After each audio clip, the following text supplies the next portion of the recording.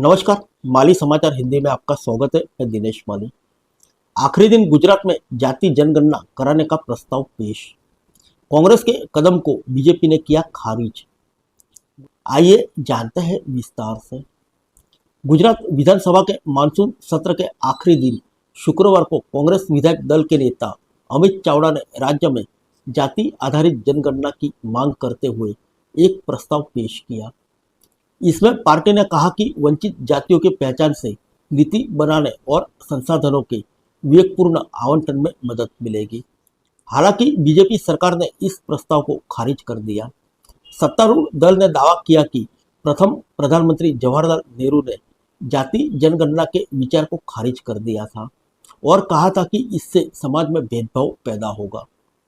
विपक्ष के नेता चावड़ा ने प्रस्ताव पर राज्य के विधायी और संसदीय मामलों के मंत्री ऋषिकेश पटेल ने प्रतिक्रिया दी।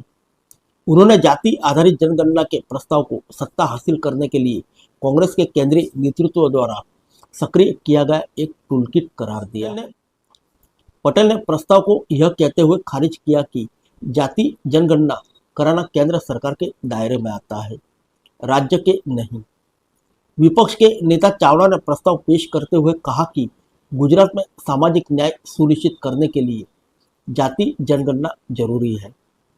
उन्होंने कहा कि राज्य में सामाजिक आर्थिक असमानता और जाति आधारित भेदभाव दिन प्रतिदिन बढ़ रहे हैं, जो हम सभी के लिए चिंता का विषय है। कुछ वर्गों या क्षेत्र को विकास का अधिकतम लाभ मिल रहा है। सरकारी नौकरी उद्योगों में असमानता, शैक्षणिक संस्थाओं और संसाधनों का आवंटन स्पष्ट है।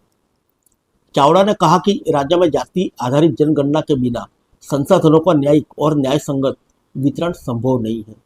उन्होंने कहा, राज्य के लोगों के बीच आर्थिक, शैक्षणिक और सामाजिक असमानता को दूर करने के लिए जातियों के बीच सामाजिक असमानता पहचानना जरूरी और आवश्यक है। वंचित जाति या समूह की पहचान से राज्य की नीति तैयार करने, संसाधनों के विवेकपूर्ण आवंटन और योजना बनाने में मदद मिलेगी। कांग्रेस विधायक चावड़ा ने कहा, 1951 से 2011 तक स्वतंत्र भारत की प्रत्येक जनगणना में अनुसूचित जाति और अनुसूचित जनजाति के आंकड़ों की गणना की गई है, लेकिन अन्य पिछड़ा वर्ग और अन्य जातियों के आंकड़े एकत्रित नहीं किए गए। ग्रामीण और शहरी क्षेत्रों में परिवारों की आर्थिक स्थिति के आंकड़े प्राप्त करना भी आवश्यक है। प्रस्ताव को खारिज करते हुए मंत्री ऋषिकेश पटेल ने पूछा कि जब कांग्रेस अतीत में सत्ता में थी तो उसने कभी जाति आधारित जनगणना कराने के बारे में क्यों नहीं सोचा।